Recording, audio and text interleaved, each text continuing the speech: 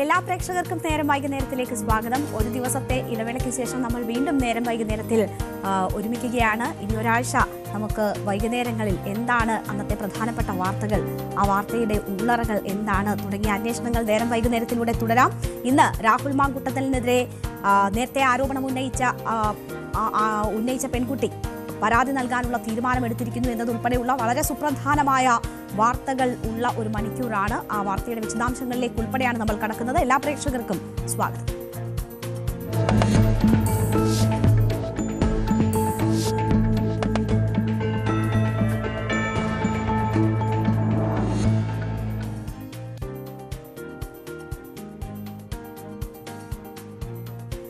രാഹുൽ മാങ്കൂട്ടത്തിനെതിരെ വളരെ ഗുരുതരമായ പരാതികൾ ഉയർന്നത് നമ്മൾ കണ്ടതാണ്. ആ പരാതിയുടെ പശ്ചാത്തലത്തിൽ ക്രൈംബ്രാഞ്ച് അന്വേഷണം തുടങ്ങിയെങ്കിൽ പോലും പെൺകുട്ടി പരാതിയുമായി രംഗത്ത് വരാത്ത സാഹചര്യത്തിലാണ് ക്രൈംബ്രാഞ്ച് അന്വേഷണം വഴിമുട്ടി നിൽക്കുന്ന ഒരു സാഹചര്യം ഉണ്ടായത്.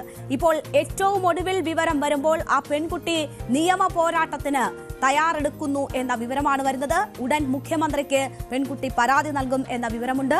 മാത്രവുമല്ല, കോൺഗ്രസിലും ഈ വിഷയം ഉന്നയിക്കും, കോൺഗ്രസ് നേതൃത്വത്തെയും സമീപിക്കും എന്ന വിവരമാണ് ഏറ്റവും ഒടുവിൽ പുറത്തു വരുന്നത്. അങ്ങനെയാണെങ്കിൽ രാഹുൽ ഇതുവരെ നേരിട്ട പരീക്ഷണങ്ങളായിരിക്കില്ല, രാഹുൽ യഥാർത്ഥത്തിൽ ഇനിയാണ് കുടുങ്ങാൻ പോകുന്നത് എന്നതാണ് മനസ്സിലാകുന്നത്.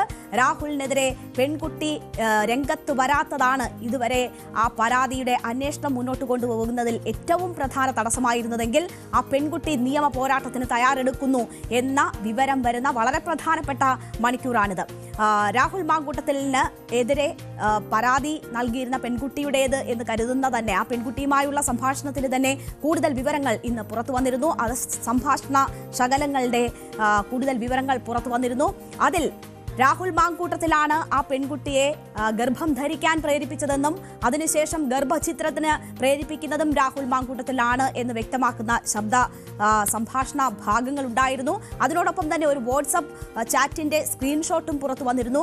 അതിൽ രാഹുൽ മാങ്കൂട്ടത്തിൽ ഈ രീതിയിൽ ഗർഭധാരണത്തിന് പെൺകുട്ടിയെ പ്രേരിപ്പിക്കുന്ന തരത്തിലുള്ള ഒരു ചാറ്റ് നടന്നതിന്റെ തെളിവുകളായിരുന്നു ആ പുറത്തു വന്നത്. അതിന് തൊട്ടു പിന്നാലെയാണ് ഈ പെൺകുട്ടി നിയമ പോരാട്ടത്തിന് തയ്യാറെടുക്കുന്നു എന്ന വിവരങ്ങൾ കൂടി വരുന്നത്. അപ്പോൾ ഇന്ന് പുറത്തു വന്ന ആ ശബ്ദ സംഭാഷണത്തിന്റെ ഭാഗങ്ങൾ നമുക്കൊന്നുകൂടി കേൾക്കാം. ആ പെൺകുട്ടിയുടെ അവസ്ഥ എന്ത് എന്നത് അടിവരയിടുന്ന ശബ്ദഭാഗങ്ങളാണ് ഇന്ന് പുറത്തു വന്നവ.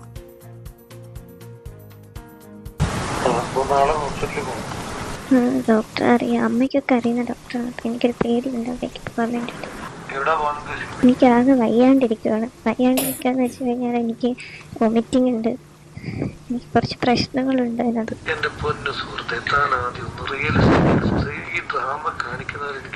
എന്ത് ഡ്രാമ എന്നാണ് പറയുന്നത്? എനിക്ക് വയ്യാണ്ടിരിക്കാൻ ഞാൻ എല്ലാവരും ശ്രദ്ധിക്കുന്നുണ്ടെന്ന് വീട്ടിൽ പോയിട്ട് എനിക്ക് അമ്മയെ കണ്ടിട്ട് കരച്ചിൽ സഹിക്കാൻ പറ്റുന്നില്ല. എനിക്കിത് ചെയ്യാൻ വയ്യ.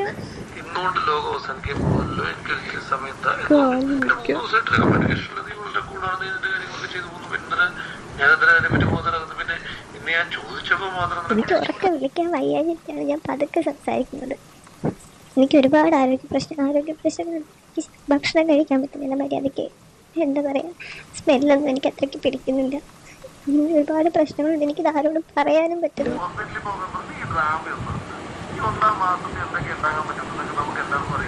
നിങ്ങൾ കുറേ പേരെ കണ്ടിട്ടുണ്ടാവും. എനിക്ക് എൻ്റെ കാര്യം മാത്രമേ എനിക്കറിയൂ. ആദ്യത്തെ ദിവസം അങ്ങനെയാണോ ഇങ്ങനെയാണോ എന്തിനാണ് ഇങ്ങനൊരു മാറ്റം വരുന്നത്? ഇത് ആരുടെ പ്ലാനാണ്? എൻ്റെ പ്ലാനാണോ?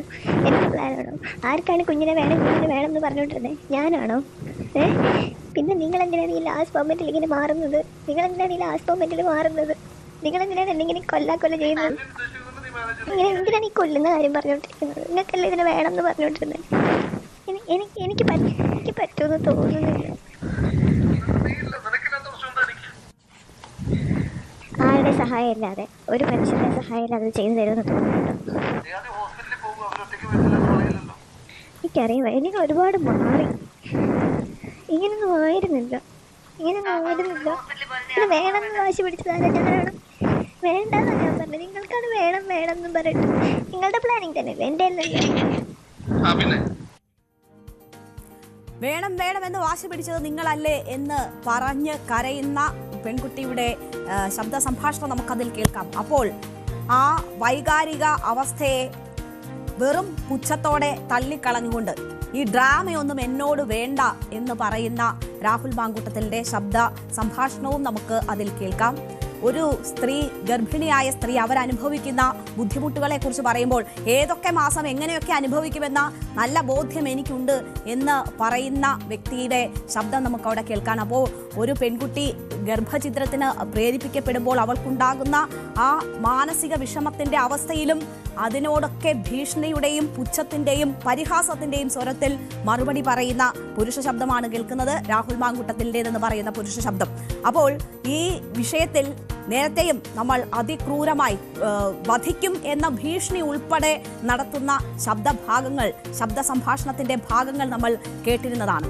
അതിന് പിന്നാലെയാണ് ഇപ്പോൾ കൂടുതൽ വിവരങ്ങൾ പുറത്തു വരുന്നത്. അതിൽ ആ പെൺകുട്ടി ആവർത്തിച്ച് പറയുന്നത്, ഈ ഗർഭധാരണത്തിന് നിങ്ങളല്ലേ മുൻകൈയെടുത്തത്, നിങ്ങളുടെ ആവശ്യമായിരുന്നില്ലേ, നിങ്ങളല്ലേ അതിനുവേണ്ടി പറഞ്ഞുകൊണ്ടിരുന്നത് എന്നത് പറയുന്നുണ്ട്. അത് നിഷേധിക്കുന്നില്ല ആ ശബ്ദ സംഭാഷണത്തിൽ എന്നതുകൂടി നമ്മൾ കാണണം. അപ്പോൾ ഈ ശബ്ദ സംഭാഷണം പുറത്തു വന്നതിന് ശേഷവും രാഹുൽ മാങ്കൂട്ടത്തിലിന്റെ പ്രതികരണം തേടിയിരുന്നു.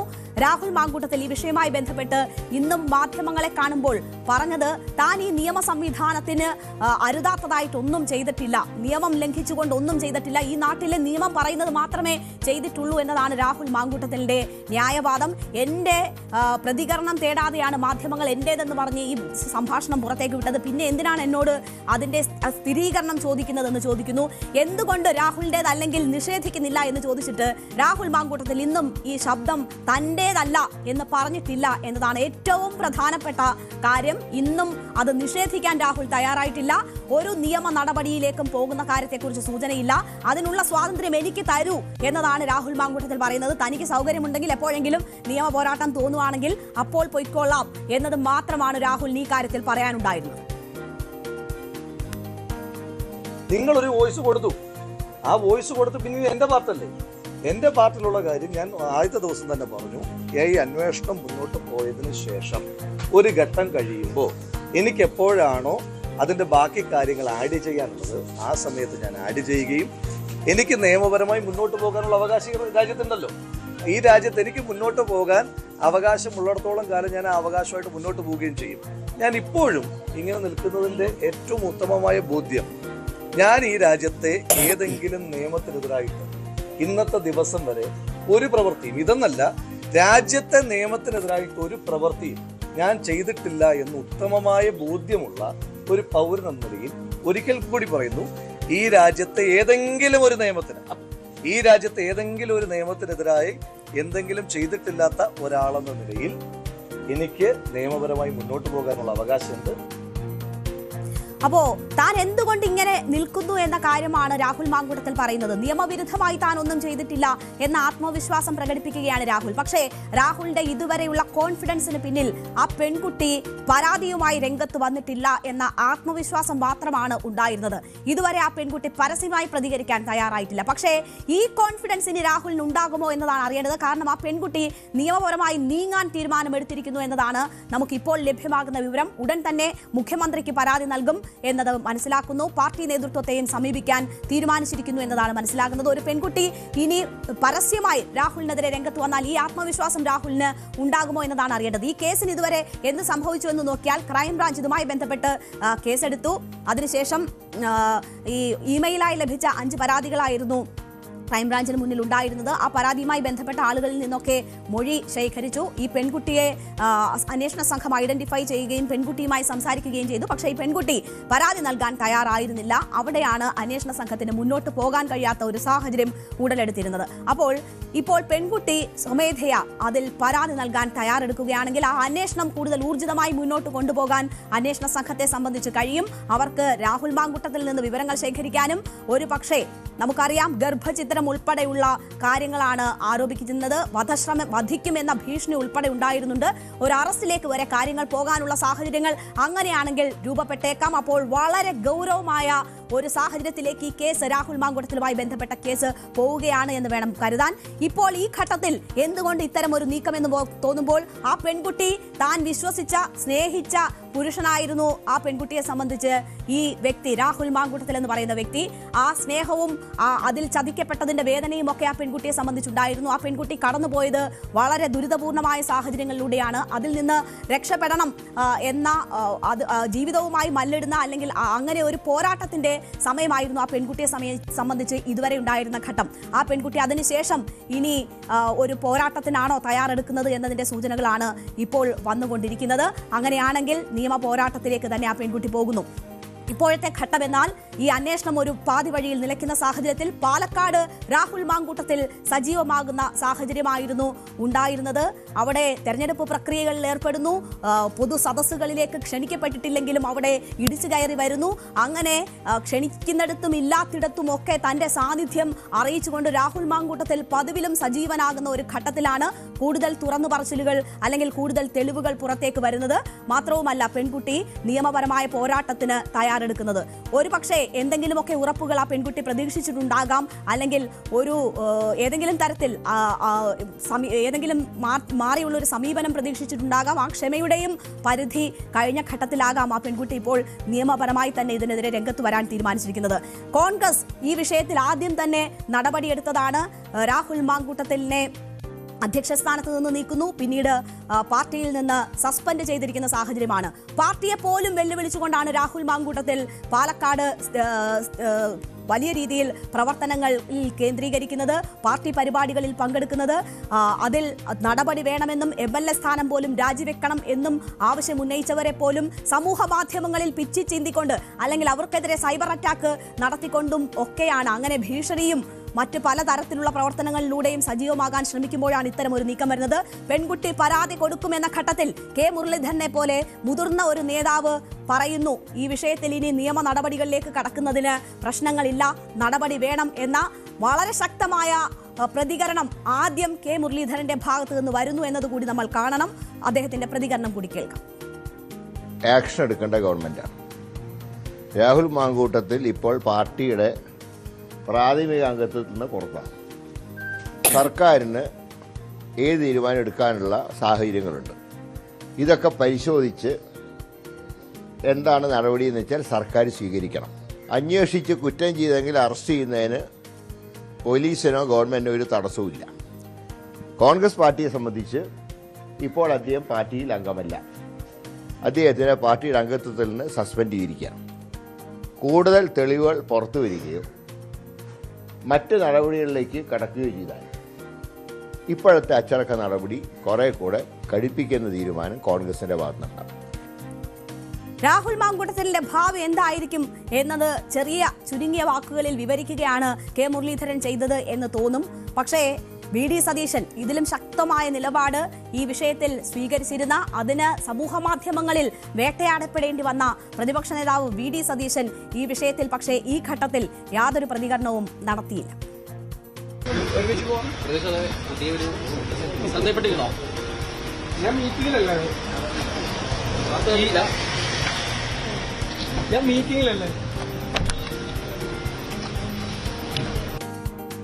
ഞാൻ മീറ്റിംഗിലല്ലായിരുന്നോ, ഒന്നും അറിഞ്ഞില്ല എന്ന് പറഞ്ഞ് പോകുന്ന പ്രതിപക്ഷ നേതാവ് VD സതീശനെയാണ് നമ്മൾ കണ്ടത്. പക്ഷേ കെ മുരളീധരൻ സർക്കാരാണ് ഇതിൽ ആക്ട് ചെയ്യേണ്ടത് എന്ന് പറഞ്ഞു കഴിഞ്ഞു.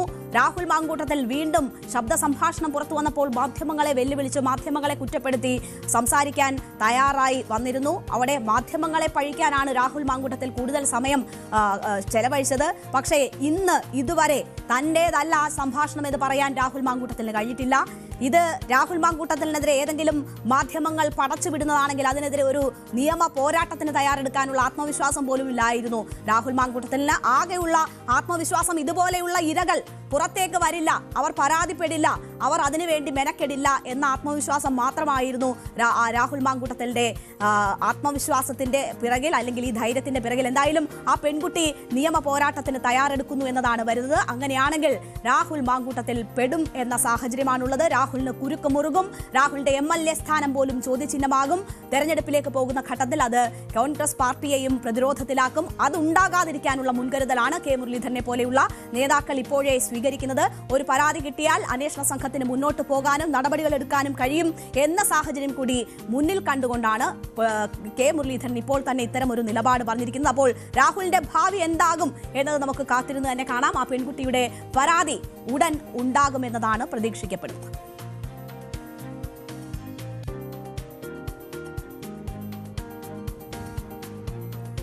നെയ്യാറ്റിൻകരയിലെ നൂറ്റാണ്ടുകൾ പഴക്കമുള്ള ഒരു ശിവക്ഷേത്രം, അത് കുറെ നാളായി പരിചരിക്കപ്പെടാതെ കിടക്കുകയായിരുന്നു. ആ ക്ഷേത്രത്തിൽ പിന്നീട് പൂജകളൊക്കെ ആരംഭിക്കാനുള്ള നീക്കം പ്രദേശവാസികൾ നടത്തുന്നു, വിശ്വാസികൾ നടത്തുന്നു. ആ ഭക്തർ അത്തരം ഒരു നീക്കം തുടങ്ങുമ്പോൾ അതിനെതിരെ മറ്റ് ചില പ്രതിഷേധങ്ങൾ ഉണ്ടാകുന്നു. ഏറ്റവും ഒടുവിൽ നഗരസഭയെ സമീപിച്ച് അതിൽ ഒരു ഉടക്കുണ്ടാക്കിയിരിക്കുന്നു എന്നതാണ് അവിടുത്തെ വിശ്വാസികൾ പറയുന്ന പരാതി. നഗരസഭയെത്തി ആ ക്ഷേത്രത്തിന്റെ താഴിട്ടിരിക്കുകയാണ്. അവിടേക്ക് ഭക്തർക്ക് കടക്കാൻ കഴിയാത്ത സാഹചര്യമാണ് ഉണ്ടായിട്ടുള്ളത്. അത് റവന്യൂ ഭൂമിയിലാണ് ഈ ക്ഷേത്രം എന്ന് പറഞ്ഞുകൊണ്ടാണ് ഇപ്പോൾ നഗരസഭയുടെ ഭാഗത്തു നിന്ന് അത്തരം ഒരു നീക്കമുണ്ടായിട്ടുള്ളത്. ഇത് നെയ്യാറ്റിൻകരയിലെ ആറാലമ്മൂട് ശിവപുരം മഹാദേവ ക്ഷേത്രത്തിലാണ് ഇത്തരം ഒരു സംഭവം നടന്നത്. ഇപ്പോൾ ആ ചിത്രത്തിൽ കാണാം, താഴിട്ട് ആ ക്ഷേത്രത്തിലേക്കുള്ള പ്രവേശനം മുടക്കിയിരിക്കുകയാണ്. നഗരസഭ അധികൃതരാണ് ഇത് ചെയ്തത്. റവന്യൂ ഭൂമിയിലാണ് ക്ഷേത്രം ഉള്ളത് എന്ന് കാണിച്ചുകൊണ്ടാണ് റവന്യൂ അധികൃതരുടെ ഈ നടപടി ഉണ്ടായിട്ടുള്ളത്. പക്ഷേ ഇത് സർക്കാർ ഭൂമിയാണ് എന്ന് പറഞ്ഞ് ഇത്തരമൊരു നീക്കം നടക്കുമ്പോഴും ഇതിനെതിരെ SDPIയുടെ ചില രംഗത്ത് വന്നിരുന്നുവെന്നും വലിയ ഭീഷണി നേരിടേണ്ടി വന്നിരുന്നുവെന്നും SDPIയുടെ ഭീഷണിയുടെ പേരിലാണ് ഇപ്പോൾ ഇത്തരമൊരു നീക്കം ഉണ്ടായിട്ടുള്ളത് എന്നതുമാണ് ഹിന്ദു സംഘടനകൾ ആരോപിക്കുന്നത്. ക്ഷേത്രവുമായി ബന്ധപ്പെട്ടവരും അത്തരം ആരോപണങ്ങളാണ് ഉന്നയിക്കുന്നത്. ഇതിപ്പോൾ വലിയ വിവാദമായി മാറുന്ന ഒരു സാഹചര്യമാണ് ഉള്ളത്. എന്താണ് സംഭവിച്ചത് എന്നത് നോക്കിയാൽ നെയ്യാറിന്റെ ചെറുകനാലിന്റെ തീരത്താണ് ഈ നൂറ്റാണ്ടുകൾ പഴക്കമുള്ള ക്ഷേത്രം സ്ഥിതി ചെയ്തിരുന്നത്. ഏതാണ്ട് 1971 കാലപ്പഴക്കം കൊണ്ട് ജീർണിച്ച ക്ഷേത്രം പുനരുദ്ധരിക്കാൻ ഭക്തർ തീരുമാനിക്കുകയായിരുന്നു. ദേവപ്രശ്നത്തിൽ കനാലിന്റെ മറുകരയിൽ പുതിയൊരു ക്ഷേത്രം സ്ഥാപിച്ച് ശിവപ്രതിഷ്ഠയും മറ്റ് പ്രതിഷ്ഠകളും വിധിപ്രകാരം നടത്തണമെന്നൊക്കെ തെളിഞ്ഞു. അതേ തുടർന്ന് സ്വാതന്ത്ര്യസമര സേനാനിയായിരുന്ന രാമനാഥൻ നായരുടെ അധീനതയിലുള്ള മറുകരയിലെ ഭൂമിയിൽ നിന്ന് 70 സെന്റ് ക്ഷേത്ര നിർമ്മാണത്തിനായി വിട്ടു നൽകി. തുടർന്ന് ക്ഷേത്രത്തിന്റെ നിർമ്മാണ ജോലികൾ ആരംഭിച്ചു. പക്ഷേ അത് പൂർത്തിയാക്കാൻ കഴിഞ്ഞില്ല. അങ്ങനെ വർഷങ്ങളോളം അതിങ്ങനെ പാതി വഴിയിൽ മുടങ്ങിപ്പോകുന്ന ഒരു സാഹചര്യം ഉണ്ടായിരുന്നു. പിന്നീട് ഈ വർഷമാണ് ജനുവരിയിൽ ഭക്തരുടെ കൂട്ടായ്മ ക്ഷേത്രം ജോലികൾ പുനരാരംഭിക്കാൻ തീരുമാനിക്കുകയും അത് ഏകദേശം പൂർത്തീകരിക്കുന്ന ഘട്ടം വരെ എത്തുകയും ചെയ്തു. നമുക്കിപ്പോൾ ദൃശ്യങ്ങളിൽ കാണാം, ആ ക്ഷേത്രത്തിന്റെ പണി ഏതാണ്ട് പൂർത്തിയാകുന്ന ഘട്ടം വരെ എത്തി.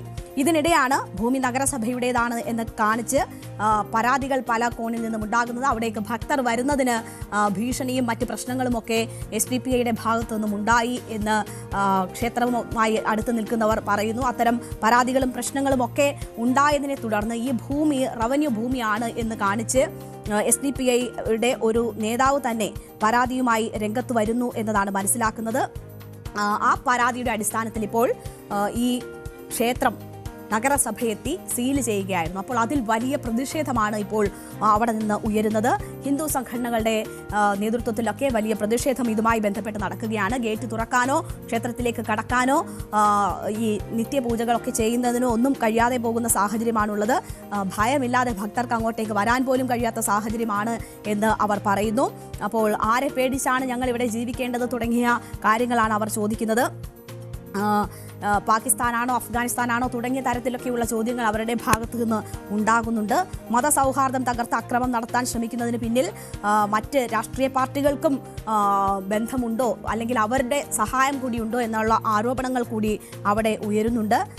ബാലരാമപുരത്ത് ആരാധനാലയങ്ങളിലും കുറേ നാളുകളായി നടത്തിക്കൊണ്ടിരിക്കുന്നത് ഇതുപോലെയുള്ള ശ്രമങ്ങളാണ്. അതിന് സമാനമാണ് ഇവിടെയും നടക്കുന്നത് എന്ന് ആരോപിക്കുന്നു. പോലീസ് ഉദ്യോഗസ്ഥരെ പോലും SDPI ഉൾപ്പെടെ ഭീഷണിപ്പെടുത്തുന്ന സാഹചര്യമാണ്. അങ്ങനെ ഭീഷണിപ്പെടുത്തി ആണ് ഇപ്പോൾ ഇത് താഴിടുന്ന ഒരു തരത്തിലേക്ക് കാര്യങ്ങൾ കൊണ്ടുപോയത് എന്ന ആരോപണമാണ് അവിടെ ക്ഷേത്രവുമായി ബന്ധപ്പെട്ടവർ ഉന്നയിക്കുന്നത്. ഈ ആരാലുമൂട് ശിവപുരം ക്ഷേത്രം ഇന്നതൊരു തർക്കഭൂമിയായിട്ട് മാറ്റിയിരിക്കുകയാണ്. ക്ഷേത്രത്തിൽ വരുന്ന ഭക്തജനങ്ങൾക്ക് പേടി കൂടാതെ വരാൻ പറ്റുന്നില്ല. ക്ഷേത്രത്തിലെ ശാന്തിക്കാരന് പേടി കൂടാതെ വരാൻ പറ്റുന്നില്ല. ക്ഷേത്രത്തിൻ്റെ പ്രധാന കവാടം നഗരസഭ ഗേറ്റിട്ട് താഴിട്ട് പൂട്ടിക്കഴിഞ്ഞു. ഭയരഹിതമായിട്ടാണ് ഇവിടുത്തെ വിശ്വാസികൾ ഇന്ന് ഈ ആരാലുമൂട് ശിവപുരം ക്ഷേത്രത്തിൽ വന്നുകൊണ്ടിരിക്കുന്നത്. ഇവിടെ രാമനാഥൻ നായർ എന്ന് പറയുന്ന ഒരു സ്വതന്ത്ര സമര സേനാനിയുടെ കൈവശമുണ്ടായിരുന്ന ഈ ഭൂമിയിലാണ് നേരത്തെയും 80 വർഷത്തിന് മുൻപേ മുതൽ ആരംഭിച്ച ആരാധനയാണ് ഇവിടെ നടന്നു വരുന്നത്. ഈ ആരാധനയെ തടസ്സപ്പെടുത്തുവാൻ വേണ്ടി STP പോലുള്ള സംഘടനകളുടെ പരാതിയുടെ അടിസ്ഥാനത്തിലാണ് ഇന്ന് ഈ ക്ഷേത്രത്തിൻ്റെ പ്രധാന കവാടം വരുന്ന വഴി അതിനെ മുൻപിലും അകത്തും പുറത്തും താഴിട്ട് പൂട്ടിക്കൊണ്ട് ആരാധനാ സ്വാതന്ത്ര്യവും സഞ്ചാര സ്വാതന്ത്ര്യവും ഈ നെയ്യാറ്റിൻകര നഗരസഭയുടെ സെക്രട്ടറി തടഞ്ഞിരിക്കുന്നത്. ഇപ്പോൾ ഹിന്ദു ഐക്യവേദിയുടെ നേതൃത്വത്തിലാണ് വലിയ രീതിയിലുള്ള പ്രതിഷേധം ഇതുമായി ബന്ധപ്പെട്ട് നടക്കുന്നത്. ബാലരാമപുരം സ്വദേശിയായ സുനീർ എന്ന SDPI പ്രവർത്തകന്റെ പരാതിയിലാണ് ഇപ്പോൾ ഇത്തരമൊരു നീക്കം നഗരസഭയുടെ ഭാഗത്തു നിന്നും ഉണ്ടായിരിക്കുന്നത് എന്നതാണ് വലിയ വിവാദമായി മാറിയിരിക്കുന്നത്. അപ്പോൾ ഈ വിഷയത്തെ വർഗീയമായൊക്കെ ഉപയോഗിക്കാനുള്ള വലിയ ശ്രമങ്ങൾ നടക്കുന്നു എന്നതാണ് പറയുന്നത്. അങ്ങനെ ഉള്ള സാഹചര്യങ്ങൾ അവിടെ സൃഷ്ടിക്കപ്പെട്ടിട്ടുണ്ട്. അങ്ങനെയുള്ള മുതലെടുപ്പിനുള്ള ശ്രമങ്ങളും അവിടെ നടന്നു വരുന്ന ഒരു സാഹചര്യമുണ്ട്. അപ്പോൾ ഇതിൽ പെട്ടെന്നുള്ള ഇടപെടൽ വേണം. പ്രശ്നപരിഹാരം എന്താണ് എന്ന് വെച്ചാൽ കാണണം. നിയമപരമായിട്ടുള്ള നീങ്ങേണ്ടുന്ന കാര്യമാണെങ്കിൽ അത്തരത്തിലുള്ള നീക്കങ്ങളൊക്കെ ഉണ്ടാകണം. എന്തായാലും വലിയ രീതിയിൽ ഒരു വിവാദം ഉടലെടുക്കുകയും ആരാധനാ സ്വാതന്ത്ര്യം തടസ്സപ്പെട്ടു എന്ന രീതിയിൽ വലിയ ആക്ഷേപമായ അത് ഉയരുകയും ഒക്കെ ചെയ്യുന്ന സാഹചര്യമാണിപ്പോൾ നെയ്യാറ്റിൻകരയിലെ ഈ ആറാലുമൂട് ക്ഷേത്രത്തെ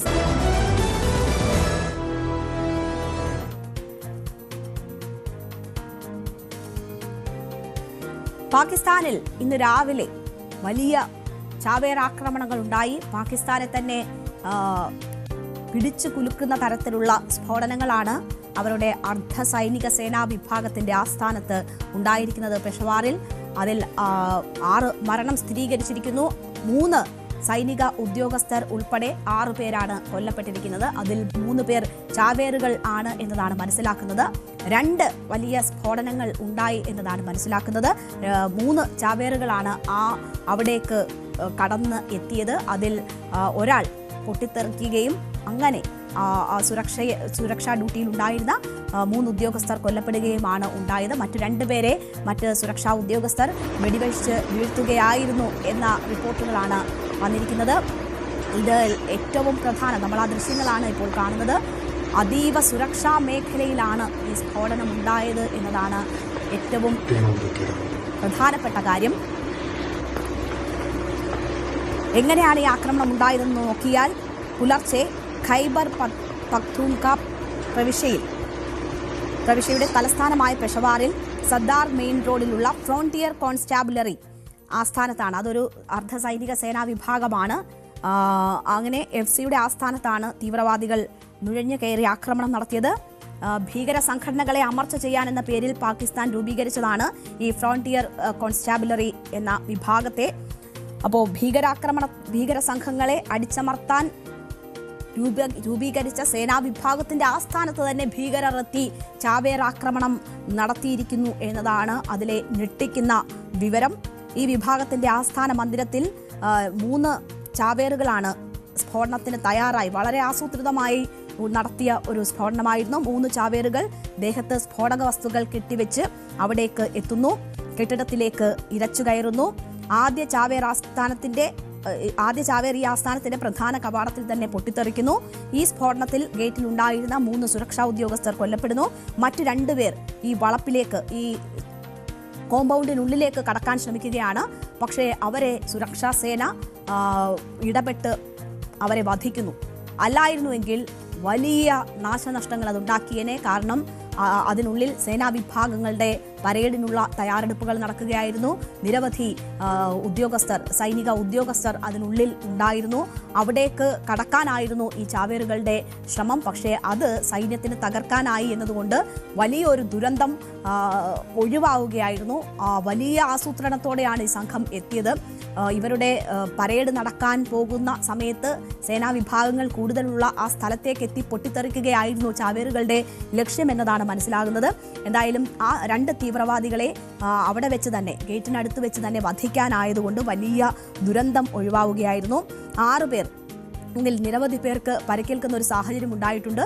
അതിൽ 6 പേർ സിവിലിയൻസ് ആണ് എന്നതുകൂടി ഇപ്പോൾ സ്ഥിരീകരിക്കപ്പെടുകയാണ്. സംഭവത്തെ തുടർന്ന് സൈന്യവും പോലീസും പ്രദേശമാകെ വളഞ്ഞിട്ടുണ്ട്, കർഫ്യൂ ഏർപ്പെടുത്തിയിട്ടുണ്ട്, വലിയ സുരക്ഷാ സന്നാഹങ്ങളൊക്കെ ഒരുക്കിയിട്ടുണ്ട്. എന്തായാലും പാകിസ്ഥാനെ വലിയ രീതിയിൽ പിടിച്ചുകുലുക്കുന്ന ഒരു ഭീകരാക്രമണമാണ്, ചാവേറാക്രമണമാണ് ഇന്ന് അവിടെ ഉണ്ടായിട്ടുള്ളത്, പെഷവാറിൽ ഉണ്ടായിട്ടുള്ളത്. വലിയ രീതിയിലുള്ള ആഘാതം ഉണ്ടാക്കിയിട്ടുണ്ട് ഈ സ്ഫോടനം എന്ന് തന്നെ പറയാം. ഇതിന്റെ ഉത്തരവാദിത്തം ഇതുവരെ ആരും ഏറ്റെടുത്തിട്ടില്ല. നമുക്കറിയാം, സ്വാഭാവികമായും പാകിസ്ഥാനിൽ ഈയിടെ ഉണ്ടായിട്ടുള്ള സ്ഫോടനങ്ങൾ, അതിന് പിന്നിലൊക്കെ പാക് താലിബാൻ ആണ് എന്ന ഒരു ആരോപണം നേരത്തെ മുതൽ തന്നെയുണ്ട്. തെഹ്രിക്കെ താലിബാൻ ആണ് ഈ ആക്രമണങ്ങൾക്ക് പിന്നിൽ എന്നതാണ് പാകിസ്ഥാന്റെ ആരോപണം. പക്ഷേ ഇതുവരെ ഈ ആക്രമണത്തിന്റെ ഉത്തരവാദിത്തം ആരും ഏറ്റെടുത്തിട്ടില്ല. ഈ ചാവേറുകളായി എത്തിയവരുടെ DNA പരിശോധനയിലൂടെ ആയിരിക്കും ഇവരുടെ കൂടുതൽ വിവരങ്ങൾ ശേഖരിക്കാൻ കഴിയുക. എന്തായാലും അതിനൊക്കെയുള്ള നീക്കങ്ങൾ ആരംഭിച്ചിട്ടുണ്ട് എന്നതാണ് മനസ്സിലാക്കുന്നത്. പാകിസ്ഥാൻ പ്രധാനമന്ത്രി ഷഹബാസ് ഷരീഫ് ഈ സംഭവത്തെ അപലപിക്കുകയുണ്ടായി. സൈന്യത്തിന് എന്തായാലും വലിയ ആക്രമണങ്ങളിൽ നിന്ന് രക്ഷിക്കാനായി എന്ന അഭിനന്ദനം അവരെ അറിയിക്കുകയും ചെയ്തു. വലിയ രീതിയിലുള്ള ആഘാതമാണ് പാകിസ്ഥാനെ സംബന്ധിച്ച് ഈ സ്ഫോടനം ഉണ്ടാക്കിയിട്ടുള്ളത്. വലിയ ദുരന്തം ഒഴിവാക്കാൻ കഴിഞ്ഞതിൽ സൈനികരെ അദ്ദേഹം അനുമോദിക്കുന്ന ഒരു സാഹചര്യം കൂടി ഉണ്ടായിട്ടുണ്ട്. സുരക്ഷാ സേനയുടെ സമയബന്ധിതമായ പ്രതികരണത്തെ പ്രശംസിച്ചു. ഈ സംഭവത്തിലെ കുറ്റവാളികളെ എത്രയും പെട്ടെന്ന് നിയമത്തിന്റെ മുന്നിൽ കൊണ്ടുവരും എന്നതാണ് പാകിസ്ഥാൻ പ്രധാനമന്ത്രി ഈ വിഷയത്തിൽ ജനങ്ങൾക്ക് നൽകിയിരിക്കുന്ന ഉറപ്പ്. ഒരു പ്രസ്താവനയിലൂടെയാണ് ഷെഹബാസ് ഷരീഫ് ഇക്കാര്യങ്ങൾ വ്യക്തമാക്കിയത്. പാകിസ്ഥാന്റെ അഖണ്ഡതയെ ആക്രമിക്കുന്ന ഭീകരരുടെ ദുഷ്ടപദ്ധതികളെ പരാജയപ്പെടുത്തുമെന്നതാണ് പാകിസ്ഥാൻ പ്രസിഡന്റ് ആസിഫ് അലി സർദാരിയും ഈ വിഷയത്തെ അപലപിച്ചുകൊണ്ട് പറഞ്ഞിരിക്കുന്നത്. എന്തായാലും ആക്രമണത്തിന്റെ ഉത്തരവാദിത്തം ഇതുവരെ ആരും ഏറ്റെടുത്തിട്ടില്ല. നമുക്കറിയാം, നവംബർ 11 ഇസ്ലാമാബാദിൽ ഒരു സ്ഫോടനം ഉണ്ടായിരുന്നു. അത് ജില്ലാ കോടതിക്ക് മുന്നിൽ ചാവേർ പൊട്ടിത്തെറിക്കുകയായിരുന്നു. കോടതിക്ക് വളപ്പിനുള്ളിൽ വലിയ ആഘാതം ഉണ്ടാക്കാനാണ് അന്നും ചാവേർ ലക്ഷ്യമിട്ടിരുന്നത്. പക്ഷേ അത് സുരക്ഷാ ഉദ്യോഗസ്ഥർ ഇടപെട്ട് തടയുന്നു.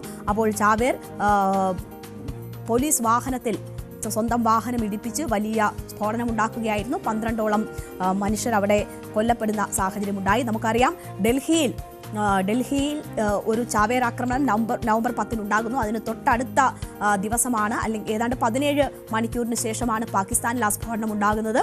പാകിസ്ഥാനിലുണ്ടായ സ്ഫോടനത്തിന് പിന്നിൽ താലിബാനാണ്, അഫ്ഗാനിസ്ഥാന് പങ്കുണ്ടെന്നും ഇന്ത്യയുടെ നിർദ്ദേശപ്രകാരം അഫ്ഗാൻ ആസൂത്രണം ചെയ്തതാണ് അത്തരം സ്ഫോടനങ്ങളെന്നും വലിയ ഒരു ആരോപണം പാകിസ്ഥാന്റെ ഭാഗത്തു നിന്നും ഉണ്ടാവുകയും ഇന്ത്യ അത് തള്ളിക്കളയും ഒക്കെ ചെയ്തതാണ്. സ്വന്തം ജനങ്ങളെപ്പോലും തെറ്റിദ്ധരിപ്പിക്കാനാണ് പാകിസ്ഥാൻ ശ്രമിക്കുന്നത് എന്നതുൾപ്പെടെയുള്ള മറുപടി ഇന്ത്യ അതുമായി ബന്ധപ്പെട്ട് നൽകിയതാണ്. എന്തായാലും ഇത്തവണ അത്തരം ആരോപണങ്ങളിലേക്കൊന്നും പാകിസ്ഥാൻ കടന്നിട്ടില്ല. പക്ഷേ ഇതിന്റെ ഉത്തരവാദിത്തം ആരും ഏറ്റെടുത്തിട്ടില്ല ഇതുവരെ എന്ന സാഹചര്യം കൂടിയുണ്ട്. പാകിസ്ഥാനിലെ സാഹചര്യങ്ങൾ നോക്കുകയാണെങ്കിൽ അവിടെ ഉണ്ടാകുന്ന ഭീകരാക്രമണങ്ങളിൽ വലിയ ഒരു വർധന ഈ അടുത്തായി ഉണ്ടാകുന്നു എന്നത് വേണം നമ്മൾ കാണാൻ. 1517 ഭീകരാക്രമണങ്ങളാണ് ഇതുവരെ ഈ നവംബർ വരെ പാകിസ്ഥാനിൽ ഈ വർഷം റിപ്പോർട്ട് ചെയ്തിട്ടുള്ളത്. അത് വലിയ വർധന ഇതുമായി ബന്ധപ്പെട്ടുണ്ടാകുന്നു എന്നതിൻ്റെ കണക്കുകളാണ് ഇപ്പോൾ പുറത്തുവരുന്നത്. സൗത്ത് ഏഷ്യ ടെററിസം ത്തിന്റെ പോർട്രേറ്റിന്റെ കണക്കനുസരിച്ചാണ് ഈ വലിയ വർധന ഇതുമായി ബന്ധപ്പെട്ട് പാകിസ്ഥാനിലെ ഭീകരാക്രമണങ്ങളുമായി ബന്ധപ്പെട്ടുണ്ടാകുന്നു എന്നത് മനസ്സിലാകുന്നത്. 2024 1303 സ്ഫോടനങ്ങളായിരുന്നു റിപ്പോർട്ട് ചെയ്തതെങ്കിൽ ഇത്തവണ അത് നവംബറിൽ തന്നെ 1517 ഉയർന്നിട്ടുണ്ട്. 2023 923 ഭീകരാക്രമണങ്ങളായിരുന്നു ഉണ്ടായിരുന്നത്. 2022 630 ആ കണക്കാണ് ഇപ്പോൾ അതിൻ്റെ ഇരട്ടിയിലധികമായി വർദ്ധിച്ചിരിക്കുന്ന ഒരു സാഹചര്യം ഉണ്ടാകുന്നത്. ഏറ്റവും ഒടുവിൽ നവംബർ 11 ഇസ്ലാമാബാദിലാണ് വലിയ സ്ഫോടനം ഉണ്ടായത്. 12 പേർ കൊല്ലപ്പെട്ട സ്ഫോടനം. അതിന് തൊട്ട് പിന്നാലെയാണ് ഇപ്പോൾ ഇവിടെയും സ്ഫോടനം ഉണ്ടായിരിക്കുന്നത്. ഇസ്ലാമാബാദ് ആസ്ഥാനമായുള്ള centre for research and security സ്റ്റഡീസിന്റെ കണക്കനുസരിച്ച് കഴിഞ്ഞ പതിറ്റാണ്ടിലെ ഏറ്റവും ഡെഡ്ലിയസ്റ്റ് ആയിട്ടുള്ള വർഷമായിരുന്നു 2024 എന്നതാണ് അവരുടെ കണക്കുകൾ സൂചിപ്പിക്കുന്നത്. സ്ഫോടനങ്ങളുടെ എണ്ണം ഈ 2025 കുറവാണ് എങ്കിൽ പോലും 2526 മരണം ഈ ഭീകരാക്രമണങ്ങളോ അല്ലെങ്കിൽ അതുമായി ബന്ധപ്പെട്ടുള്ള പ്രവർത്തനങ്ങളിലോ ഉണ്ടായിട്ടുണ്ട് പാകിസ്ഥാനിൽ എന്നതാണ്. 2526 മരണം ഒറ്റ വർഷം തന്നെ റിപ്പോർട്ട് ചെയ്യുന്ന സാഹചര്യം 2024 ഉണ്ടായിട്ടുണ്ട്. 700 സുരക്ഷാ ഉദ്യോഗസ്ഥരും 900 സിവിലിയൻസും അതിൽ മരിച്ചു. 900 റിബലുകളുമാണ് കൊല്ലപ്പെട്ടത് എന്നതാണ് മനസ്സിലാക്കുന്നത്. എന്തായാലും പാകിസ്ഥാനെ സംബന്ധിച്ച് വലിയ തരത്തിലുള്ള ആഭ്യന്തര പ്രശ്നങ്ങൾ അവർ നേരിട്ടുകൊണ്ടിരിക്കുകയാണ്. എല്ലാ പ്രവിശ്യകളിലും പ്രശ്നങ്ങൾ നിലനിൽക്കുന്നു. ഇപ്പോൾ അഫ്ഗാനുമായിട്ടുള്ള വലിയ രീതിയിലുള്ള ഏറ്റുമുട്ടൽ നടന്നുകൊണ്ടിരിക്കുകയാണ്. ആ ഘട്ടത്തിൽ ഈ പെഷവാർ ഖൈബർ പഖ്തൂൺഖ മേഖലയിൽ ഉൾപ്പെടെ നിരന്തരം ഇത്തരം ഭീകരാക്രമണങ്ങൾ ഉണ്ടായിക്കൊണ്ടേയിരിക്കുന്നു എന്ന സാഹചര്യമാണുള്ളത്. തെഹ്രിക്കെ താലിബാൻ ആണ് ഇതിന് പിന്നിൽ എന്നതാണ് പാകിസ്ഥാൻ ആരോപിക്കുന്നത്. ഇതുമായി ബന്ധപ്പെട്ട് അഫ്ഗാനുമായിട്ടൊക്കെ വലിയ രീതിയിലുള്ള അഭിപ്രായ ഭിന്നതകൾ ഉടലെടുക്കുകയും ഇന്ത്യ അഫ്ഗാൻ ബന്ധം മെച്ചപ്പെടുന്ന സാഹചര്യത്തിൽ അത് പാകിസ്ഥാന് വലിയ പ്രകോപനം സൃഷ്ടിക്കുകയും ഒക്കെ ചെയ്ത ഒരു സാഹചര്യമുണ്ട്. ഇപ്പോഴും വെടിനിർത്തൽ സംബന്ധിച്ചുള്ള അല്ലെങ്കിൽ പ്രശ്ന പരിഹാരം പൂർണ്ണമായും ഉണ്ടാകാത്ത സാഹചര്യമുണ്ട്. താൽക്കാലിക വെടിനിർത്തൽ മാത്രമാണ് മേഖലയിൽ ഉള്ളത് എന്ന ഒരു സാഹചര്യമൊക്കെ ഉണ്ട്. അപ്പോഴും പാകിസ്ഥാന്റെ പ്രധാനമന്ത്രിയും പ്രതിരോധ മന്ത്രിയും ഒക്കെ തങ്ങൾ ഇരു രാഷ്ട്രങ്ങളുമായും യുദ്ധത്തിന് തയ്യാറാണ് എന്ന് വീമ്പിളക്കുന്നതുമൊക്കെ നമ്മൾ കേൾക്കാറുണ്ട്. അഫ്ഗാനുമായും ഇന്ത്യയുമായും ഒരേ സമയം യുദ്ധത്തിന് തയ്യാറാണ് എന്നതൊക്കെ വീമ്പിളക്കിക്കൊണ്ട് ഈ പാകിസ്ഥാൻ പ്രധാനമന്ത്രിയും പ്രസിഡന്റും ഒക്കെ ഇങ്ങനെ ആവർത്തിച്ച് പറയുന്ന സാഹചര്യമുണ്ട് എങ്കിൽ പോലും ഇതാണ് പാകിസ്ഥാന്റെ യാഥാർത്ഥ്യം. ഭീകരാക്രമണങ്ങൾ തുടർക്കഥയായി മാറിയിരിക്കുന്നു പാകിസ്ഥാനിൽ. നവംബർ 11 നടന്ന 12 പേരുടെ ജീവനെടുത്ത സ്ഫോടനത്തിന് പിന്നാലെയാണ് ഇപ്പോൾ അവരുടെ പ്രധാന സുരക്ഷാ മേഖലയിൽ തന്നെ കടന്നു കയറി ചാവേറുകൾ ആക്രമണം നടത്തിയിരിക്കുന്നത്. ഇതുവരെ 6 മരണം സ്ഥിരീകരിക്കപ്പെടുന്ന സാഹചര്യം ഉണ്ടായിരിക്കുന്നു.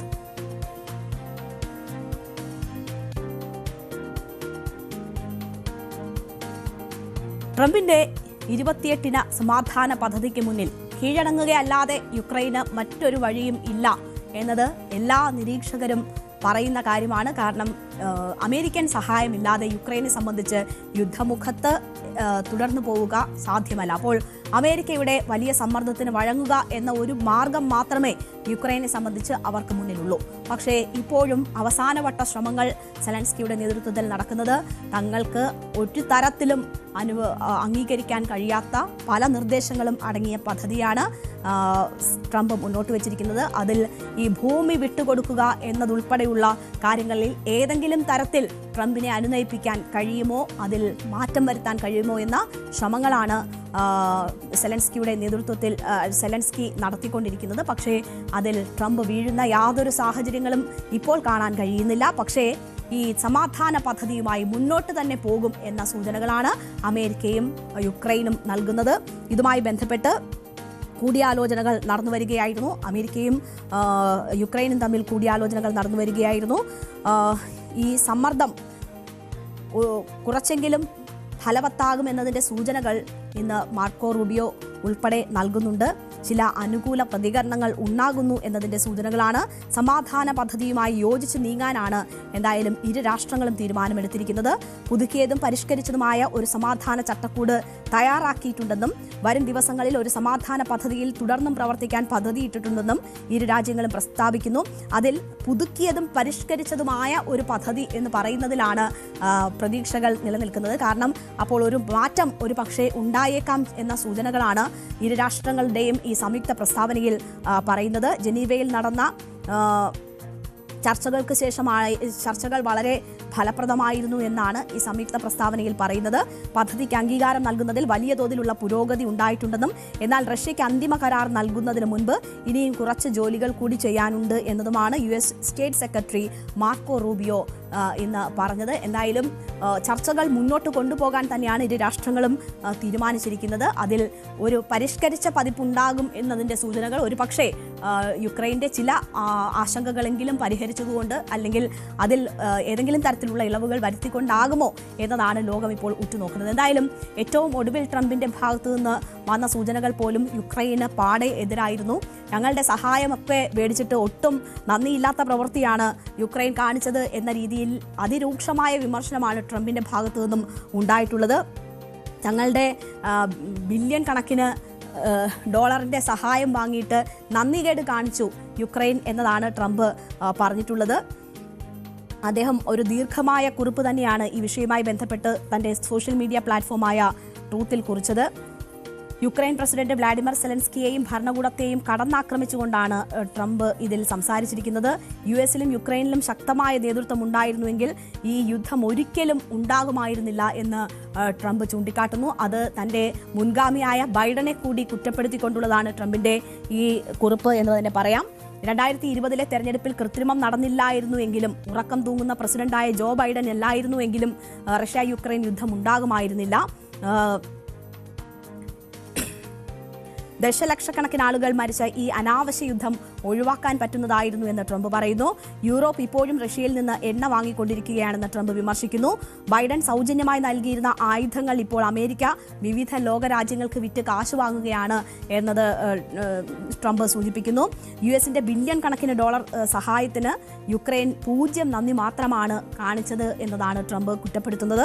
അമേരിക്കയുടെ മധ്യസ്ഥതയിലുള്ള സമാധാന ഉടമ്പടിയുടെ രൂപരേഖ അംഗീകരിക്കാൻ യുക്രൈന് ഒരാഴ്ചത്തെ പരമാവധി സമയം ഒരാഴ്ച മാത്രം നൽകിയതിന് പിന്നാലെയാണ് അതിരൂക്ഷമായ ഭാഷയിൽ നന്ദിയില്ലാത്ത രാഷ്ട്രമാണ് യുക്രൈൻ എന്ന് പച്ച മലയാളത്തിൽ പറഞ്ഞാൽ ട്രംപ് പറയുന്ന ഘട്ടമുണ്ടായിരിക്കുന്നത്. ഒപ്പം ഈ യുദ്ധത്തിലേക്ക് നയിച്ചത് ബൈഡൻ ആണ് എന്ന് പറയുന്നുണ്ട്. ഉറക്കം നടിക്കുന്ന പ്രസിഡന്റ് സഹായം നൽകി അനാവശ്യമായി ആയുധങ്ങൾ നൽകിക്കൊണ്ട്, പണം വാങ്ങാതെ ആയുധങ്ങൾ യുക്രൈന് നൽകിക്കൊണ്ട് ഇങ്ങനെ ഒരു അനാവശ്യ യുദ്ധത്തിലേക്ക് അവരെ തള്ളിവിട്ടു എന്നതാണ് ട്രംപ് ഇപ്പോൾ ചൂണ്ടിക്കാട്ടിയിരിക്കുന്നത്.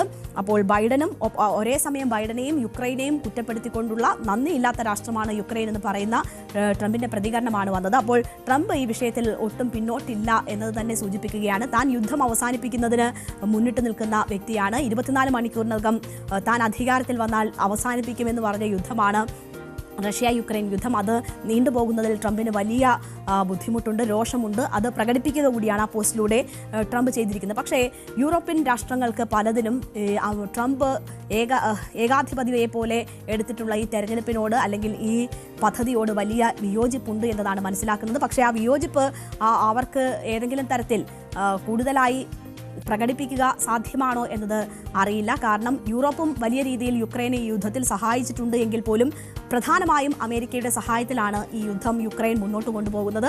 യൂറോപ്പിനെ സഹായിച്ച് യൂറോപ്യൻ രാഷ്ട്രങ്ങളെ സംബന്ധിച്ച് അമേരിക്ക സഹായമില്ലാതെ ഈ യുദ്ധം മുന്നോട്ട് കൊണ്ടുപോകാൻ യുക്രൈനെ സഹായിക്കുക എന്നത് അത്ര പോസിബിൾ ആയിട്ടുള്ള കാര്യവുമല്ല.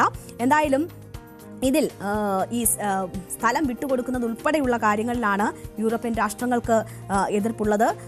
ട്രംപിന്റെ സമാധാന പദ്ധതിയെപ്പറ്റി അനൗപചാരിക ചർച്ചകൾ ഇതിനോടകം തന്നെ യൂറോപ്യൻ രാഷ്ട്രങ്ങൾ G20 ഉച്ചകോടിക്കിടയിൽ നടത്തിയിട്ടുണ്ട് എന്നതാണ് മനസ്സിലാക്കുന്നത്. ബ്രിട്ടന്റെയും ഫ്രാൻസിന്റെയും ജർമ്മനിയുടെയും നേതാക്കളുമായി സെലൻസ്കി ഫോണിൽ സംസാരിച്ചിട്ടുണ്ട്. സമാധാന പദ്ധതിയിലെ പല നിർദ്ദേശങ്ങളോടും പല യൂറോപ്യൻ നേതാക്കൾക്കും വിയോജിപ്പുണ്ട് എന്നതാണ് ഇപ്പോൾ വരുന്ന വിവരങ്ങൾ. എന്തായാലും വിവാദ നിർദ്ദേശങ്ങൾ എന്ന് പറയുന്നത് ഈ ഭൂമി വിട്ടുകൊടുക്കുന്നതുമായി ബന്ധപ്പെട്ടാണ്. നിലവിൽ കൈവശം വെച്ചിരിക്കുന്ന പ്രദേശങ്ങൾ റഷ്യയ്ക്ക് നിലനിർത്താമെന്ന ഇതിലെ വ്യവസ്ഥയാണ് ഏറ്റവും വലിയ എതിർപ്പ് ഉണ്ടാക്കുന്ന കാര്യം. യുക്രൈൻ്റെ നിയന്ത്രണത്തിലുള്ള കൂടുതൽ പ്രദേശങ്ങൾ റഷ്യയ്ക്ക് ലഭിക്കുന്ന ഒരു സാഹചര്യം. ഈ ഡൊണസ്ക്, ലുഗാൻസ്ക്, ക്രിമിയ എന്നിവ വാസ്തവത്തിൽ റഷ്യൻ പ്രദേശം എന്ന് US അംഗീകരിക്കുന്ന ഒരു സാഹചര്യമൊക്കെ വരുന്നതാണ് വലിയ രീതിയിലുള്ള എതിർപ്പിലേക്ക് നയിക്കുന്ന കാര്യം. എന്തായാലും സൈനിക പരിധി കുറയ്ക്കണം, സൈനിക ഫോഴ്സിനെ വെട്ടിക്കുറയ്ക്കണം എന്നതുൾപ്പെടെയുള്ള കാര്യങ്ങളുണ്ട്. ഈ ഉടൻ തന്നെ 100 ദിവസത്തിനകം ഇലക്ഷൻ നടത്തണം എന്നതുണ്ട്. നാറ്റോ അംഗത്വം ലഭിക്കില്ല എന്ന് പറയുന്ന സാഹചര്യമൊക്കെ ഉണ്ട്. ഇതൊക്കെ യുക്രൈനെ സംബന്ധിച്ച് ഒരു തരത്തിലും അംഗീകരിക്കാൻ കഴിയാത്തതാണ്. യുക്രൈനെ സംബന്ധിച്ച് ഈ ഭൂമി വിട്ടുകൊടുക്കുക എന്നത് അവർ ഈ റഷ്യയോട് അടിയറവ് പറയുന്നു എന്ന തോന്നൽ തന്നെയാണ് അവർക്ക് ഉണ്ടാക്കിയിരിക്കുന്നത്. ഒരു സുരക്ഷാ ഗ്യാരണ്ടി പോലും അതിനെ സംബന്ധിച്ച് ഒരു ഉറപ്പ് പോലും ഇല്ലാതെ ഇത്ര വലിയ ഒരു വിട്ടുവീഴ്ച ചെയ്യുക എന്നത് യുക്രൈനെ സംബന്ധിച്ച് സാധ്യമല്ലാത്തൊരു സാഹചര്യമുണ്ട്. യുക്രൈൻ്റെ ആശങ്ക മറ്റൊന്ന് ഈ ഡോൺബാസ് വിട്ടുകൊടുക്കുന്നതുമായി ബന്ധപ്പെട്ടുള്ളതാണ്. ഈ ഡൊണസ്കും ലുഹാൻസ്കും സംയുക്തമായി പറയുന്ന മേഖലയാണ് ഈ ഡോൺബാസ് എന്നത്.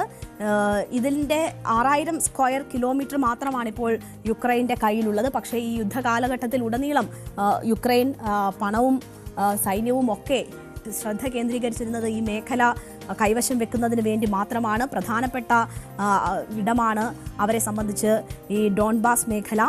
5 ലക്ഷത്തോളം ആളുകൾ ഇപ്പോഴും അവിടെ താമസിക്കുന്നുണ്ട്. പ്രധാന വരുമാന മേഖല, സ്രോതസ് ഒക്കെ ഉൾപ്പെട്ടിട്ടുള്ള മേഖലയാണ്. അപ്പോൾ എന്ത് വില കൊടുത്തും ആ മേഖല നിലനിർത്തുക എന്നത് യുക്രൈൻ്റെ പ്രധാനപ്പെട്ട ആവശ്യമാണ്. അതിനാണ് അവർ ശ്രമിച്ചുകൊണ്ടിരിക്കുന്നത്. യുക്രൈനെ സംബന്ധിച്ച് ഡോൺബാസ് വിട്ടുകൊടുക്കുക എന്നത്, ഡോൺബാസ് മേഖല വിട്ടുകൊടുക്കുന്നത് ഒരു അഭിമാന പ്രശ്നവും കൂടിയാണ്. അതുകൊണ്ട് തന്നെയാണ് അവർ അതിനുവേണ്ടിയുള്ള കടുംപിടുത്തം നടത്തിക്കൊണ്ടിരിക്കുന്നത്. 2022 റഷ്യ യുക്രൈനിൽ സമ്പൂർണ്ണ അധിനിവേശത്തിന് തുടക്കം കുറിച്ചപ്പോഴും യുക്രൈൻ കൂടുതൽ ശ്രദ്ധയും പ്രതിരോധവും ഈ മേഖലയ്ക്ക് കൊടുത്തതും ആ മേഖലയുടെ ആ പ്രാധാന്യം ഉൾക്കൊണ്ട് തന്നെയാണ്.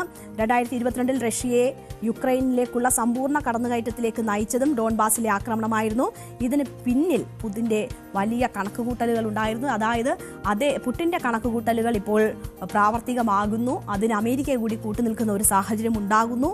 ഇതിൽ നിന്ന് എന്തെങ്കിലും മാറ്റം ഉണ്ടാക്കാൻ പറ്റുമോ എന്നതാണ് സെലൻസ്കി ഉൾപ്പെടെയുള്ളവർ ആരാഞ്ഞുകൊണ്ടിരിക്കുന്നത്. പക്ഷേ അതിനുള്ള സാഹചര്യങ്ങൾ വളരെ കുറവാണ് എന്ന് തന്നെ നമുക്ക് പറയാം. എന്തായാലും അമേരിക്ക മുന്നോട്ട് വെച്ചിട്ടുള്ള കരാർ യുക്രൈൻ അംഗീകരിച്ചില്ലെങ്കിൽ യുക്രൈന് രഹസ്യാന്വേഷണ വിവരങ്ങൾ കൈമാറുന്നത് നിർത്തും എന്ന് അമേരിക്ക ഇതിനോടകം പ്രഖ്യാപിച്ചിട്ടുണ്ട്, ട്രംപ് പ്രഖ്യാപിച്ചിട്ടുണ്ട്. അങ്ങനെ വന്നാൽ അത് യുക്രൈന് വലിയ ഭീഷണിയായി മാറും.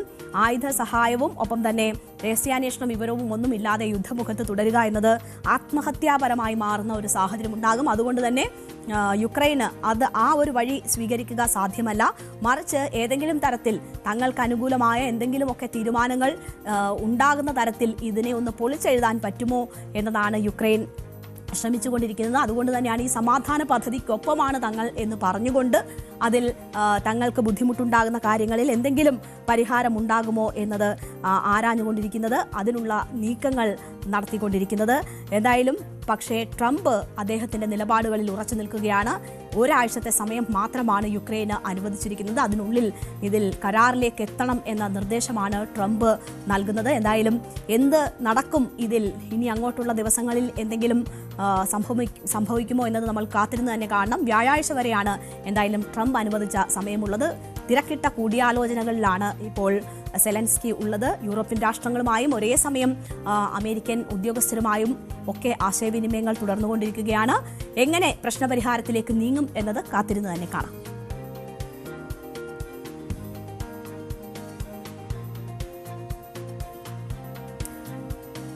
ബോളിവുഡിന്റെ ഇതിഹാസ താരം ധർമ്മേന്ദ്രയുടെ അന്ത്യം ആണ് ഒരു വലിയ ദുഃഖവാർത്ത ഇന്നുണ്ടായത്. അദ്ദേഹത്തിൻ്റെ മരണം സംബന്ധിച്ച് നേരത്തെ ചില വാർത്തകൾ വരികയും കുടുംബം തന്നെ അത് തള്ളിക്കളയും ഒക്കെ ചെയ്തിട്ടുണ്ട ഒരു സാഹചര്യം ഉണ്ടായിരുന്നു. അദ്ദേഹത്തിൻ്റെ തിരിച്ചു വരവ് കാത്തിരിക്കുകയായിരുന്നു ഓരോ ആരാധകരും. പക്ഷേ ഇന്ന് ഉച്ചയോടുകൂടി ആ ദുഃഖവാർത്ത സ്ഥിരീകരിക്കപ്പെടും.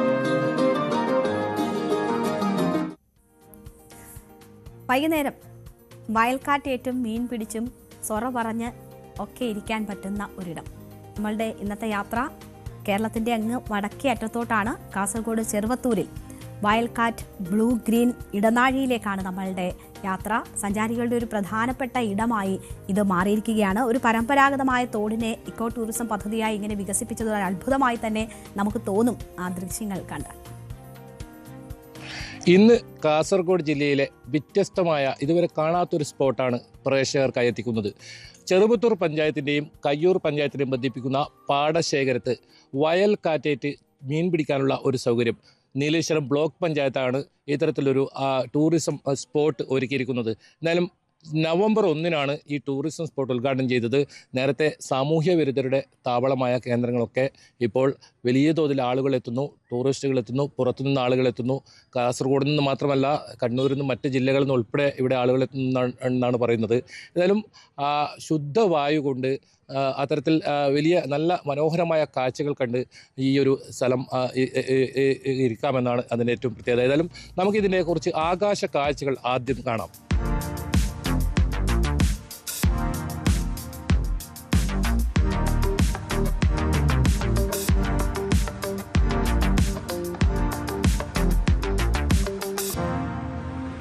ഏതായാലും ഈ മനോഹരമായ സ്ഥലത്തെക്കുറിച്ചും ഇതിൻ്റെ പദ്ധതിയെക്കുറിച്ചും പറയാൻ ഒരു പ്രദേശവാസികൾ തന്നെ നമ്മോടൊപ്പം ചേരുന്നുണ്ട്. എന്താണ് ഇങ്ങനെ ഒരു ആശയം? ഇതെന്താണ്? നമ്മുടെ കയ്യൂർ ചീമേനി ഗ്രാമപഞ്ചായത്തിലെ തിമിരി നിവാസികളുടെ ഏറെക്കാലത്തെ ആഗ്രഹമാണ് കൊടകവയൽ കേന്ദ്രീകരിച്ചുകൊണ്ട് ഒരു ടൂറിസം പദ്ധതിക്ക് രൂപം കൊടുക്കണമെന്നുള്ളത്. നിലവിലുള്ള ബ്ലോക്ക് പഞ്ചായത്ത് പ്രസിഡന്റ് ശ്രീ മാധവൻ മണിയറയുടെ മുൻകൈ എടുത്തുകൊണ്ടാണ് ഇങ്ങനെ ഒരു പദ്ധതി ഇവിടെ ആവിഷ്കരിച്ചത്.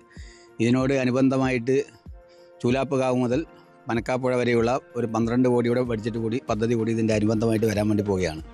ഇപ്പം വൈകുന്നേരം 4 മണി മുതൽ രാത്രി 10 മണി വരെ നമ്മുടെ 2-3 പഞ്ചായത്ത്, കയ്യൂർ ചീമേനി പഞ്ചായത്ത്, ബിൽക്കോട് പഞ്ചായത്ത്, ചെറുവത്തൂർ പഞ്ചായത്ത്, തൊട്ടടുത്ത പടന്ന പഞ്ചായത്തിലെ യുവാക്കൾ, പ്രത്യേകിച്ച് ചെറുപ്പക്കാർ വൈകുന്നേരം വന്ന് ഇവിടെ സ്ഥലം കാണുകയും ഈ പ്രദേശം എന്ന് പറയുന്നത് തിമിരിയുടെ നെല്ലറ എന്നാണ് അറിയപ്പെടുന്നത്. കൊടകവയൽ എന്ന് പറയുന്നത് തിമിരിയുടെ നെല്ലറ എന്നാണ് അറിയപ്പെടുന്നത്. അത്രയും വലിയ വിശാലമായ വയലാണ്. അപ്പോൾ നമ്മുടെ പ്രദേശത്ത് ഇപ്പോൾ ഇവിടെ ഒരു ചെറിയ തൊഴിൽ സംരംഭം കൂടെ ആരംഭിച്ചു. ഇനി അത് വിപുലീകരിച്ച് വലിയ വികസന സാധ്യതയുള്ള ടൂറിസം മേഖലയ്ക്ക് പ്രചോദനം നൽകുന്ന വലിയൊരു പദ്ധതിയായിട്ട് ഇത് മാറാൻ വേണ്ടി പോവുകയാണ്. ഇതൊരു വയല്, അതിന് നടക്കായിട്ട് ഇങ്ങനെ ഒരു ചൂണ്ടയിടുന്നത്, അതെന്താണ് ഈ ഒരു പദ്ധതി? ഈ ചൂണ്ടയിടൽ എന്ന് പറഞ്ഞാൽ വൈകുന്നേരം വന്നാൽ മത്സ്യം പിടിക്കുന്ന ഒരുപാട് ചെറുപ്പക്കാരുണ്ട്. ഇപ്പം പ്രത്യേകത ഒരു ചൂണ്ടയുണ്ട്. ആ ചൂണ്ട ഇട്ട് കഴിഞ്ഞാൽ കിലോമീറ്ററോളം അതങ്ങ് പോവും. വലിയ മീനടക്കം കൊത്തിയിട്ട് ഒരു തൊഴിൽ ആയിട്ട് അതിനെ കാണുകയാണ് ഇപ്പോൾ ചെറുപ്പക്കാർ. വൈകുന്നേരം വരും, ചൂണ്ടയിടും, ഇവിടുന്ന് ലഘുഭക്ഷണം കഴിക്കും, കുറേ നേരം വിശ്രമിക്കും. കുടുംബസമേതമാണ് ആളുകൾ വന്ന് ഈ പദ്ധതിയോട് സഹകരിക്കുന്നത്. അതായത് കാസർഗോഡ് ജില്ലയിൽ പുതിയൊരു ടൂറിസ്റ്റ് സ്പോട്ടൂടെ ഇത് ഇങ്ങനെ വരുന്നു എന്നാണോ? നമ്മൾ ഒരുപാട് നല്ല സ്ഥലങ്ങൾ നമ്മളിപ്പോൾ കാണും. പല ആളുകൾ ഇത് അറിഞ്ഞില്ല, കാരണം 1-ാം തീയതി ഇത് ഉദ്ഘാടനം കഴിഞ്ഞത്. എങ്ങനെയാണ് കാസർഗോഡ് ജില്ല മാത്രമല്ല, കണ്ണൂർ, കാസർഗോഡ് 2 ജില്ലകളിലെ ആളുകൾക്ക് ഭാവിയിൽ വലിയൊരു ടൂറിസം മേഖലയായിട്ട് അല്ലെങ്കിൽ ഒരു വിസിറ്റിംഗ് കേന്ദ്രമായിട്ട് ഇത് മാറാൻ വേണ്ടി പോവുകയാണ്.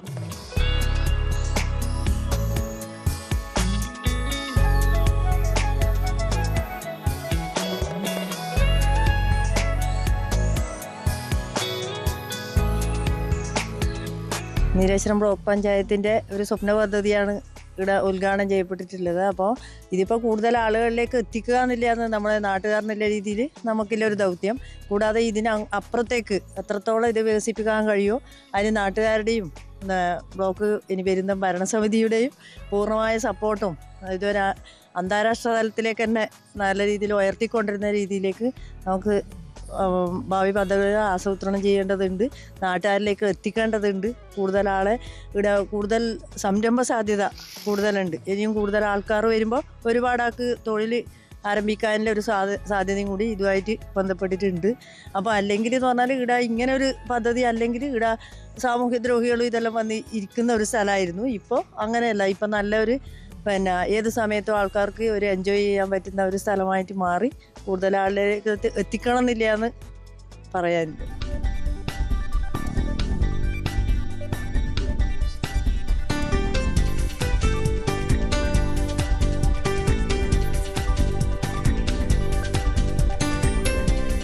വൈകുന്നേരം 4 മണി മുതൽ രാത്രി 10 മണി വരെയാണ് ഇവിടെ ഇത്തരത്തിൽ ഇരിക്കാനുള്ള സൗകര്യമുള്ളത്. കുടുംബ സമേതം എത്താം, ഒരുപാട് സമയം ഇവിടെ ചെലവഴിക്കാം, നല്ല ശുദ്ധവായു കൊള്ളാം. അതോടൊപ്പം ഈ ദേശീയപാതയിൽ നിന്നും വലിയ ദൂരമൊന്നുമില്ല. ചെറുവത്തൂർ ദേശീയപാതയിൽ നിന്നും 1 കിലോമീറ്റർ മാത്രം മാറിയാണ് ഈ സ്ഥലം വരുന്നത്. എന്തായാലും ഈ ഒരു പ്രദേശം ഭാവിയിൽ വലിയ തോതിൽ ടൂറിസ്റ്റുകളെ എത്തിക്കുന്ന രീതിയിൽ വികസിപ്പിക്കാൻ തന്നെയാണ് ഈ ജില്ലാ പഞ്ചായത്തും അതുപോലെ തന്നെ ബ്ലോക്ക് പഞ്ചായത്തും ഒക്കെ തീരുമാനിച്ചിട്ടുള്ളത്. അത്തരം പ്രവർത്തികൾ ഇനി വരും ദിവസങ്ങളിൽ ഉണ്ടാകുമെന്ന് തന്നെയാണ് അവർ പറയുന്നത്. കൂടുതൽ ആളുകളെ ഈ ഒരു പ്രദേശത്തേക്ക് എത്തിക്കാൻ തന്നെയാണ് ഇവിടുത്തെ പ്രദേശവാസികളുടെ ഒരു തീരുമാനം. എന്തായാലും ഈ പ്രദേശത്തെ സംബന്ധിച്ചിടത്തോളം ടൂറിസം കേന്ദ്രീകരിച്ച് വലിയ വികസനം ഉണ്ടാകുമെന്ന ഒരു പ്രതീക്ഷയും ഇവർ വെച്ചു പുലർത്തുന്നുണ്ട്. KB Baiju, news 18, Kasaragod. ഇപ്പോൾ കൊടക്കവയൽ എന്ന ഒരു പ്രദേശത്തെ അതിനെ ഇത്ര വലിയ മനോഹരമാക്കി മാറ്റിയിരിക്കുകയാണ് അവിടുത്തെ തദ്ദേശ ഭരണ സ്ഥാപനങ്ങളൊക്കെ മുൻകൈ എടുത്തുകൊണ്ട്. നമുക്ക് ചുറ്റും തന്നെ ഇത്തരത്തിൽ കാട് പിടിച്ച് കിടക്കുന്ന അല്ലെങ്കിൽ സാമൂഹ്യ വിരുദ്ധർ കയ്യേറിയിരിക്കുന്ന നിരവധി സ്ഥലങ്ങളുണ്ട്. അപ്പോൾ ഇതൊരു മാതൃകാ പദ്ധതി എന്ന് തന്നെ നമുക്ക് പറയാം. എന്തായാലും കൊടക്കവയലിൻ്റെ വിശേഷങ്ങൾ നമുക്ക് എത്തിച്ചത് ഞങ്ങളുടെ പ്രതിനിധി KB ബൈജു ആണ്. KB ബൈജു ഇനിയും യാത്ര ചെയ്യട്ടെ, ഇതുപോലെയുള്ള സുന്ദരമായ കാഴ്ചകൾ നമുക്ക് മുന്നിലേക്ക്, പ്രേക്ഷകർക്ക് മുന്നിലേക്ക് എത്തിക്കട്ടെ എന്ന് തന്നെയാണ് എനിക്ക് പറയാനുള്ളത്. എന്തായാലും വളരെ നല്ല ഒരു സ്പേസാണ്. വൈകുന്നേരം മുതൽ രാത്രി വരെ ചെലവഴിക്കാൻ പറ്റുന്നൊരു ഇടമാണ്. ഇപ്പോൾ കാസർഗോഡ് നിന്ന് പുറത്തു നിന്നും ഒക്കെ ആളുകൾ ഇതറിഞ്ഞ് അവിടേക്ക് സമയം ചെലവഴിക്കാനായി എത്തും. വെറുതെ ഇരിക്കുകയല്ല, നമുക്ക് ചൂണ്ടയിട്ട് മീനൊക്കെ പിടിച്ച് അങ്ങനെ ഒരു സമയം വൈകുന്നേരം ചെലവഴിക്കാൻ പറ്റുന്ന ഒരിടമായി അത് വികസിച്ച് വന്നുകൊണ്ടിരിക്കുകയാണ്. എന്തായാലും KB ബൈജുവിന് ഇതുപോലെയുള്ള റിപ്പോർട്ടുകൾ ഇനിയും തരട്ടെ. നമുക്ക് കാണാം, അവിടേക്ക് പോകുമ്പോൾ നമുക്ക് ആ പ്രദേശങ്ങൾ കൂടി ടച്ച് ചെയ്ത് യാത്ര ക്രമീകരിക്കാം. എന്തായാലും ഇന്നത്തെ കാഴ്ചകളും വാർത്തകളും വിശകലനങ്ങളും ഒക്കെ ഇവിടെ കഴിയുകയാണ്. ഇടവേളയ്ക്ക് ശേഷം ലൈവ് at 6 കാണാം. എല്ലാ പ്രേക്ഷകർക്കും നന്ദി.